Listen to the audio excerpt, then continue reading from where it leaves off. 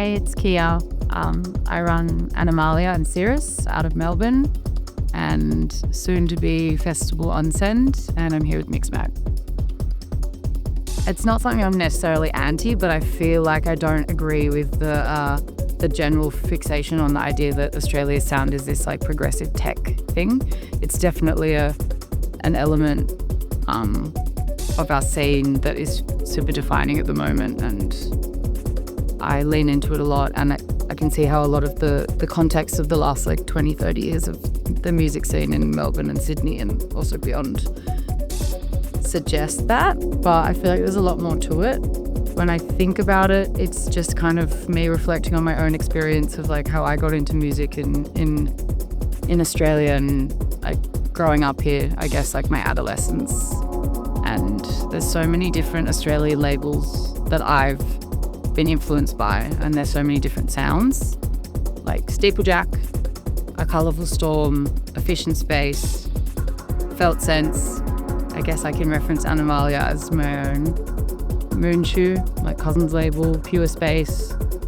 Then there's stuff like General Merchant, and that honestly goes everywhere from like folk and IDM to like bass, techno, trance. And I think, when I thought about it, it's not really like putting the sound in a genre, but it's more how all the labels have this kind of Australian flavour, or how whoever's behind the label has kind of used the context of their life in Australia to shape the music they're putting out. That's how I see it. I don't know if that's too vague.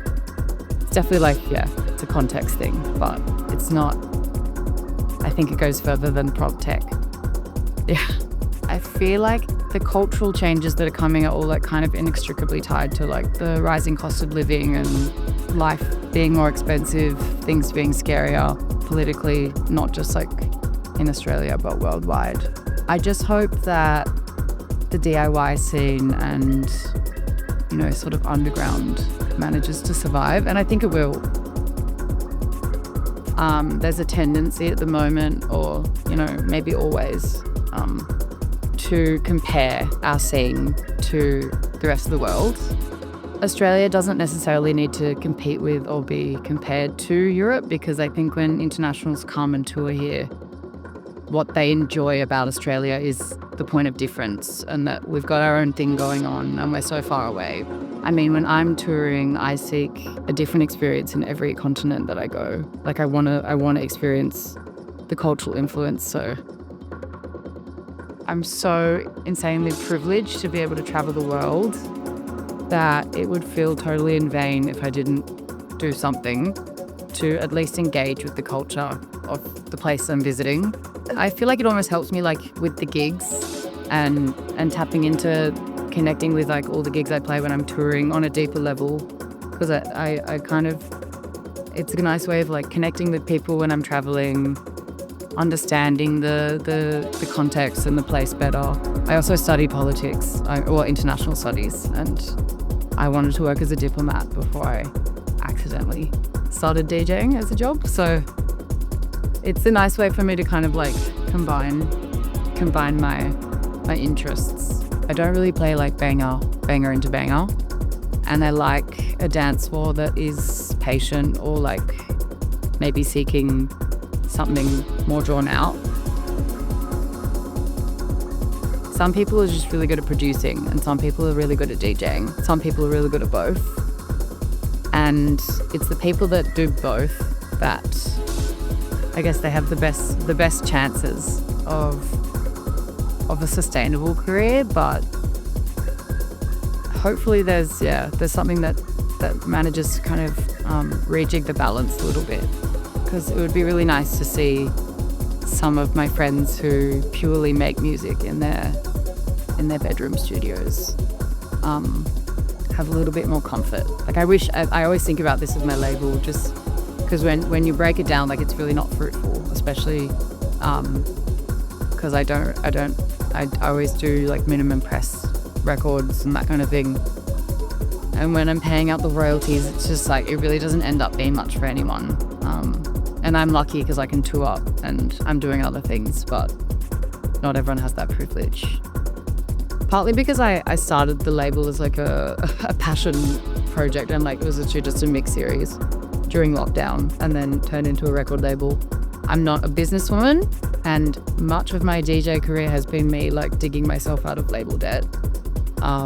But it's worth it. It just depends what you're seeking, because some people, you know, a lot of people now come to me like asking for advice. They're like, oh, how should I get into DJing as a job, or how should I get into running a label? And the first thing I say is just, I'm not the first thing I say, but I think it really depends what your priority is. And if you're seeking big money, it's maybe not the right choice. The challenge for emerging artists is standing out. It's almost intimidating for people to figure out where they fit in, or what the best way to seek that attention is in an authentic way. When I started engaging with electronic music and clubbing and going out, I'd say that 70% of the parties I was going to were outdoor faves. Just like allowed me to see music in a context that had less rules, not just in terms of rules around how people engage with the party, but actually how the DJs were playing. And the other few parties I would reference are, it's always in Ivanica. I went there like religiously from the age of 18 until it finished 2 years ago. And the music was always really diverse. It wasn't even necessarily that I adored every single set that I saw, but I think the experience of, the sound system being so good and experiencing music in this really bizarre context, and just like how every artist who played there, how they interpreted playing to that space. I think that was a really cool lesson. Moopy was kind of an Ivanica legend. Like his 2018 set was probably one of the most influential sets on me ever. And then also Higher Intelligence Agency at the last Ivanica. It was like, I think it was like 5 p.m. and it was torrential rain, and every single person at the festival was still just, you know, in the mud, just dancing, and it was so good. I feel like it always goes back to, this kind of feeling of freedom and the styles of music that I've seen at these parties being a little bit less linear and like more flexible. Because I just feel like I learned more about how to DJ in those contexts than I did in clubs.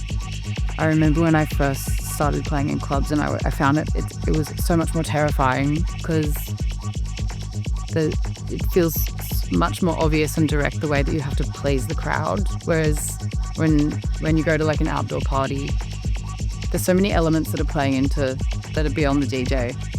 Again, like referencing in Ivanica, you wouldn't really, out of context, I feel like if you saw a photo of this barren kind of like moon crater looking farmland that's been like drought ridden with like sheep carcasses, same as Hopkins Creek, I guess, like a lot of them, it wouldn't from afar look special, but there's an energy, and it's how people engage with the space. People are still frustratingly ignorant sometimes, but I think like, you know, nowadays when there's a pop party or a festival outside, there's usually an intention for people to go and acknowledge that it's a land with a lot of history that's not theirs, and just like arriving in a space with that understanding helps. I think people have a deeper experience. The sets that always leave a lasting impact are usually done by locals, because I feel like locals have this like really deep understanding of what the context provides. And that doesn't necessarily have to be an Australia specific thing, but it's definitely a part of our scene here that is super rich. But that in itself created like a new culture of DIY, and it's like a different intentional added effort that you have to put in for the party to be pulled off. There's so much more risk, but there's almost like more reward. And I think, in the right context, when everything goes right, which is not always, there's always so many things that can go wrong. But if an international artist comes and they're lucky enough to witness that, it's really special. And I definitely think I always feel really proud. You know, I don't agree with this kind of like old school gatekeeping, sometimes boomer attitude of like purism and like vinyl only, or if the parties have to be this certain way. But also I think it's important to like kind of pay homage to like the people that built the scenes and the worlds that allow for a more diverse and like flexible version of that nowadays. We live in a colony, and we're young people that grew up. It's a really new country, and we're all settlers here unless we're Indigenous, which I'm not. And so the answer to, you know, our music scene changing for the good is first and foremost just acknowledging that. But then I feel like maybe there's like this level of complacency that's also kind of fallen over the scene, where there's an acknowledgement of country that happens and then that's it. I don't really think it's my right or my role as a white person to be deciding exactly how that change is going to happen, but it's definitely my role to be, you know, engaging with, listening to people's ideas on what the best way to do that is. And also just people looking slightly further than their own periphery. I mean, it just feels like a massive privilege because the whole thing was a bit of a fluke, and I just started the label for fun with absolutely no knowledge or idea of what I was doing. I literally was just listening to my really talented friends make music in their Coburg backyard studios, and it was an idea proposed to me to start the label when I was playing a lot of unreleased music. The first time I played in Europe, and really like all the people that I've worked with the label that have built this whole kind of ecosystem. But now it's gotten to a point that it feels really special. I'm definitely like keen to make music, but I want to make sure that when I put it out, it's because I actually think it's good and worth people listening to, and not because I feel like it's like the most important next step for me to remain relevant or something. Yeah. Animalia and my kind of like DJ style have been over time like inextricably tied into each other, and releases that stand out to me or demos or like artists that I'm speaking to are people that I like to play. And I think that's become like my kind of like DJ style is really like the identity of Animalia, and they're very like hand in hand. I don't plan it or like curate it in any succinct genre bound way. Actually, the way I plan it is not planned at all. It's really chaotic, because that's just how my brain works. And it's the same way that I DJ. I don't plan my sets, and like they're really like personal and intuitive.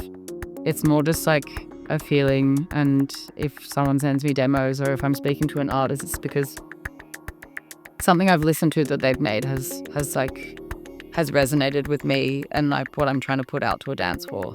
Animalia feels quite broad,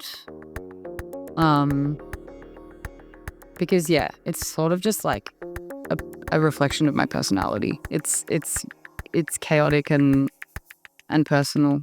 That's just about it.